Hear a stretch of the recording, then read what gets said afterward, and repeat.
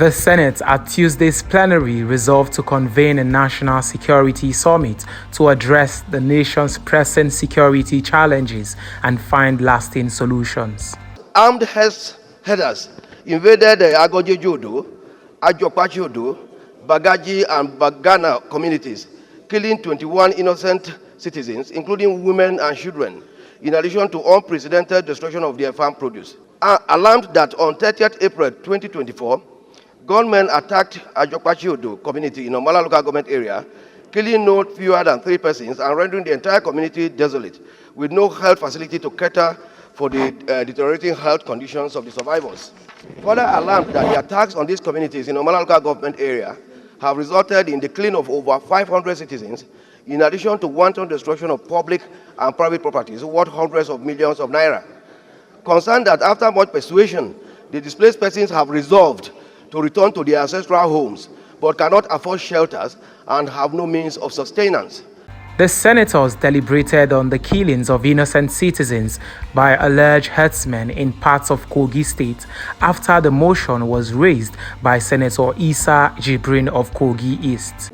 If all the cattle you consume in the United Kingdom, you see them on the streets of the United Kingdom or England, nobody sees these things on the road. It's only here that we can stay, and every morning, herders will invade a community, kill 30 persons, touch the houses, burn their properties, displace them, and we have no solution to it. Nigeria should be planning on how to put an end to this scourge of herders displacing people in their ancestral homes, because they bring their cattle down, move into people's ancestral lands when they are sleeping. They kill them, burn their houses, and we get this report continuously. And these herders are still moving around. So we must put a stop to it. Let us find a way of putting a stop to it, even by legislation. We should ban migrant grazing. If we put a law and ban it, anybody who is moving with a cattle, 20, 30, 40, is running foul of the law on the road. How much more into people's farms? What we owe these people goes beyond rhetoric, go beyond condemnation, go beyond 1 minute silence, go beyond crying every day. No, our tears will solve this problem. I submit, sir, that we set up an ad hoc committee, invite public hearing, let it be well publicized, let everybody come there and share with us what they know, enrich our limited knowledge of what is going on across the country, and let us find once and for us a lasting, sustainable solution so that this country can be what it used to be, and our farmers can go to work, herders can do their business. What is good for herders is not bad for farmers. What is bad for farmers is not good for herders. Together we can find a win-win solution so that Nigerian rural people can be at peace, in the of those of us who have migrated to Abuja and some other urban places. Today, as it is, the livestock industry is worth 30 trillion naira.